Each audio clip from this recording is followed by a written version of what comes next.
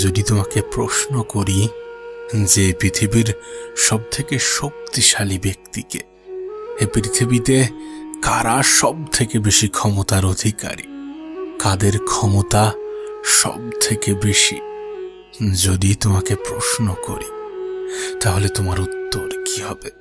তাহলে তোমার জবাব কি হবে? হে পৃথিবীতে যারা সব থেকে বেশি ধৈর্যশীল তারাই সব থেকে বেশি শক্তিশালী। তুমি খেয়াল করলে বুঝতে পারবে, হে পৃথিবীতে যারা সব থেকে বেশি সফল হয়েছে, যারা জীবনটাকে অনেক সুন্দর করতে পেরেছে, তাদের মধ্যে অন্য কিছুর ঘাটতি থাকুক বা না থাকুক, ধৈর্যের কোনো ঘাটতি ছিল না। এই বিষয়টা আমিও জানি, তুমিও জানো যে ধৈর্য অনেক কঠিন একটা কাজ। বিশেষ করে খারাপ সময়ে বা কঠিন সময়ে ধৈর্য ধরা আমাদের কাছে অনেক বেশি কঠিন হয়ে যায়।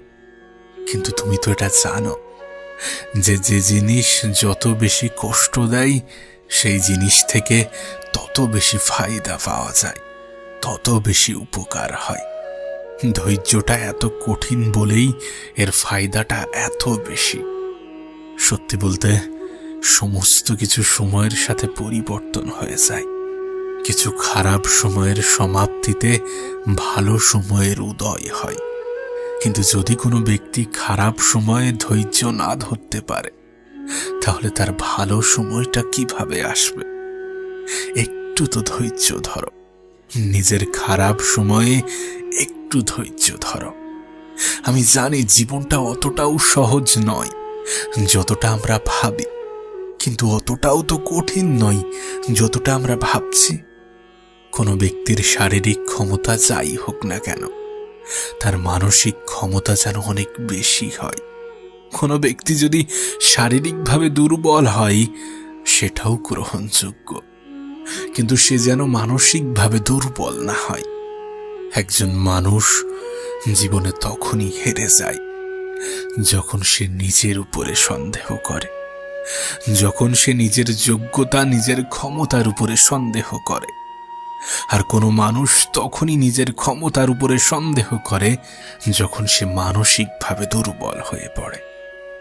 একজন মানুষ তখনই আত্মহত্যার মতো জঘন্য সিদ্ধান্তে উপনীত হয় যখন সে মানসিকভাবে ভেঙে পড়ে। তাই কোনো মানুষ শারীরিকভাবে যেমনই হোক না কেন, মানসিকভাবে যেন দুর্বল না হয়। জানো, কোনো অসুস্থতাই একজন মানুষের বডিতে মেডিসিন যতটা কাজ করে তার থেকে বেশি তার মনোবল কাজ করে। এই পৃথিবীতে এমনও কিছু মেডিসিন আছে যার কোনো কার্যক্ষমতা নেই।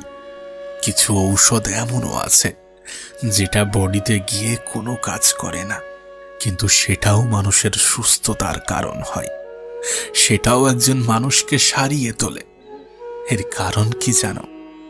কারণ একটাই, বিশ্বাস। যখন কোনো অসুস্থ ব্যক্তি মেডিসিন বা ঔষধ গ্রহণ করে তখন তার মনের মধ্যে একটা বিশ্বাস কাজ করে যে আমি ওষুধ খেয়েছি, আমি সুস্থ হয়ে যাব। আসলে এসব কিছুই না, এসব মনের ক্ষমতা। কোনো ব্যক্তি যতটা না শারীরিকভাবে দুর্বল হয় তার থেকে বেশি মন থেকে দুর্বল হয়। আর শারীরিক অসুস্থতা সারানো সম্ভব, কিন্তু মনের অসুস্থতা সারানো অনেক কঠিন হয়ে পড়ে। তাই মন থেকে দুর্বল হওয়া যাবে না, মন থেকে কখনোই হার মানা যাবে না।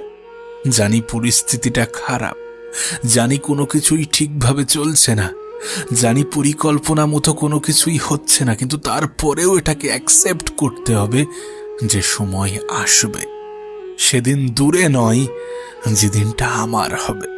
আর বিশ্বাস করো, মানুষ যেটা ভাবে সেটা হয়ে যায়। কেউ ডাক্তার হওয়ার আগে তার মনে একটা ডাক্তার হওয়ার স্বপ্ন থাকা প্রয়োজন। কেউ শিক্ষক হওয়ার আগে তার মনে একটা শিক্ষক হওয়ার স্বপ্ন থাকা প্রয়োজন। কেউ ভালো ব্যবসায়ী হওয়ার আগে তার মনে একটা স্বপ্ন থাকা প্রয়োজন। বিজ্ঞান দ্বারা এটা প্রমাণিত যে তুমি যদি পজিটিভ মানুষের সংস্পর্শে থাকো তাহলে তোমার চিন্তা ভাবনাও পজিটিভ হবে। ঠিক তেমন ভাবেই তুমি যদি নেগেটিভ মানুষের সংস্পর্শে থাকো তাহলে তোমার চিন্তা ভাবনাগুলোও আস্তে আস্তে নেগেটিভ হতে থাকবে।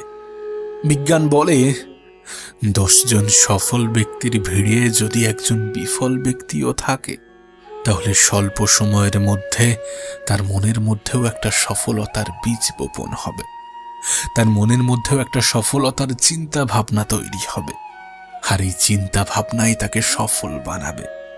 ঠিক তেমনি তুমি যদি অলস ব্যক্তিদের মধ্যে নিজেকে হারিয়ে ফেলো, তুমি যদি অলস ব্যক্তিদের মাঝে নিজেকে ছড়িয়ে ফেলো, তাহলে হয়তোবা তুমি অলসতায় ডুবে যাবে।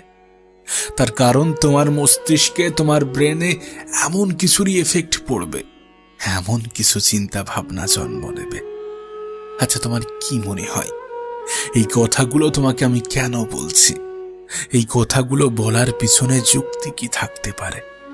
এই কথাগুলো বলছি তার কারণ একজন মানুষ যতটা শারীরিকভাবে শক্তিশালী হয়, তার থেকে অনেক বেশি মানসিকভাবে শক্তিশালী হয়। আর যারা মানসিকভাবে শক্তিশালী, তাদেরকে দুর্বল করা অতটাও সহজ নয়। যারা মানসিকভাবে শক্তিশালী, তারা অনেক বেশি ধৈর্যের অধিকারী হয়, তারা অনেক বেশি ধৈর্য ধারণ করার ক্ষমতা রাখে। কারণ মানসিক শক্তিই তো মানুষকে ধৈর্য ধরতে সাহায্য করে। মানসিক শক্তিই তো একজন মানুষকে মজবুত বানিয়ে ফেলে। মনে রেখো, সময়টা খারাপ, জীবনটা নয়। হ্যাঁ, সময়টা খারাপ, জীবনটা নয়। আর সময় সর্বদা পরিবর্তনশীল।